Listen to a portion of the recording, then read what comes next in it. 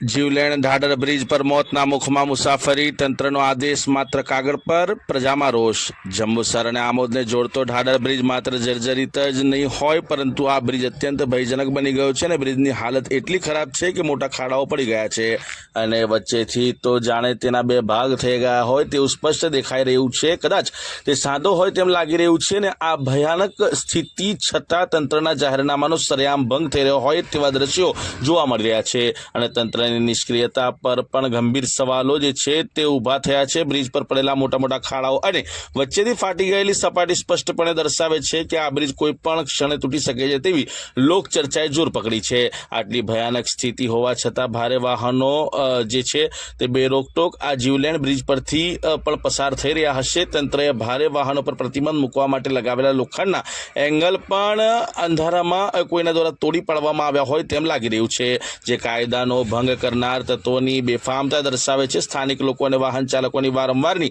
રજૂઆતો છતાં પોલીસ અને વહીવટીતંત્ર ઘોર નિંદ્રામાં હોય તેવું લાગી રહ્યું છે। પોલીસ ચેકપોસ્ટ પરથી ભારે વાહનો સરળતાથી પસાર થઈ રહ્યા હોય તેવું પણ જાણવા મળ્યું છે, જેના કારણે એવી શંકા સેવાઈ રહી છે કે આ મામલે કોઈ શું સેટિંગ ચાલી રહ્યું છે અને પ્રજાના જીવને જોખમમાં મૂકીને ચાલતી આ ગેરકાયદેસર પ્રવૃત્તિ પર તાત્કાલિક પૂર્ણવિરામ મૂકાવવો જોઈએ। જો આ બ્રિજ તૂટી પડે અને કોઈ મોટી દુર્ઘટના સર્જાય તો તેની જવાબદારી કોણ લેશે? શું પ્રશાસન કોઈ ભયાનક ઘટનાની રાહ જોઈ રહ્યું છે? ઢાઢર બ્રિજ પરથી દરરોજ અનેક વિદ્યાર્થીઓ, શ્રમિકો અને અન્ય લોકો પસાર થાય છે અને તેમનો જીવ સતત જોખમમાં છે। આ ગંભીર બેદરકારી પર તાત્કાલિક અને કડક પગલાં ભરવા અનિવાર્ય છે, જેથી કોઈ નિર્દોષ વ્યક્તિનો જીવ ન જાય।